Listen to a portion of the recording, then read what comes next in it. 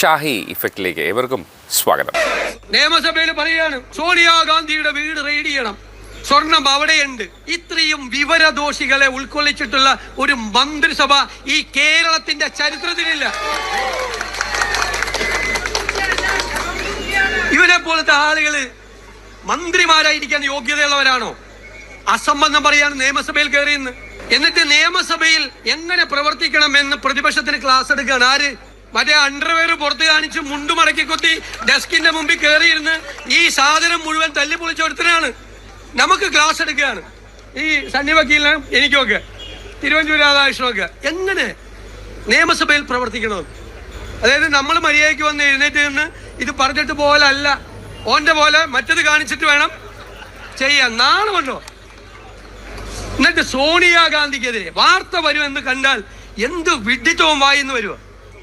വിദ്യാഭ്യാസ മന്ത്രി. എൻ്റെ പിള്ളേരെ ഓർത്ത് ഞാനിങ്ങനെ സങ്കടപ്പെടുക. എൻ്റെ പിള്ളേരെ ഓർത്ത് എക്സസൈസ് കൊടുത്താൽ നമുക്ക് ബോധമില്ലാതെ പറഞ്ഞെന്ന് വിചാരിക്കരുത്.